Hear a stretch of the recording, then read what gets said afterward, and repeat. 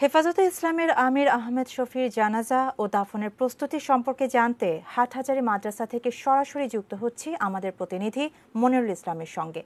মনিরুল ইসলাম, এরই মধ্যে আমরা জানতে পেরেছি মরদেহ এসে পৌঁছেছে। এখানে এখন সার্বিক পরিস্থিতি কি দেখছেন আমাদের জানাবেন। শাহানা, আপনাকে একটু জানিয়ে রাখি, চট্টগ্রামের যে হাটহাজারী যে মাদ্রাসা সেটি হচ্ছে যে 9টায়, অর্থাৎ এই অল্প কতক্ষণ আগে, একদম 9:01 এই ওনার আমাদের যে শফি হুজুর, যিনি শফি হুজুরের মরদেহ পরিবহন গাড়িটি কিন্তু এসে পৌঁছায় এবং এখানে কিন্তু প্রচুর ভিড় আমরা দেখতে পেয়েছি। অর্থাৎ বাংলাদেশের বিভিন্ন প্রান্ত থেকে লক্ষ লক্ষ মানুষ ওনার এই জানাজা শরীক হতে কিন্তু এসেছেন।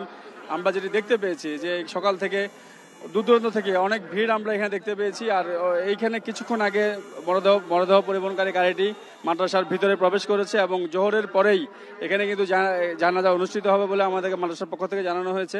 আর আমরা একটা জিনিস জানিয়ে রাখি যে নিরাপত্তার ক্ষেত্রে এখানে র্যাব, পুলিশ নিরবিচ্ছিন্নভাবে ওনারা কিন্তু সকাল থেকে আমরা দেখেছি বিভিন্নভাবে এখানে ওনাদের দায়িত্ব পালন করে যাচ্ছেন। আর এই মুহূর্তে যে আমরা এখানে কিছু যারা এসেছেন এই ধরনের একজনের থেকে আমরা একটু জিজ্ঞেস করে দেখতে চাই যে ওনারা আসলে কোথেকে এসেছেন, বা আপনারা তো জানাজা এসেছেন। আমরা জানাজা আসছি, আমরা ঢাকা থেকে আসছি।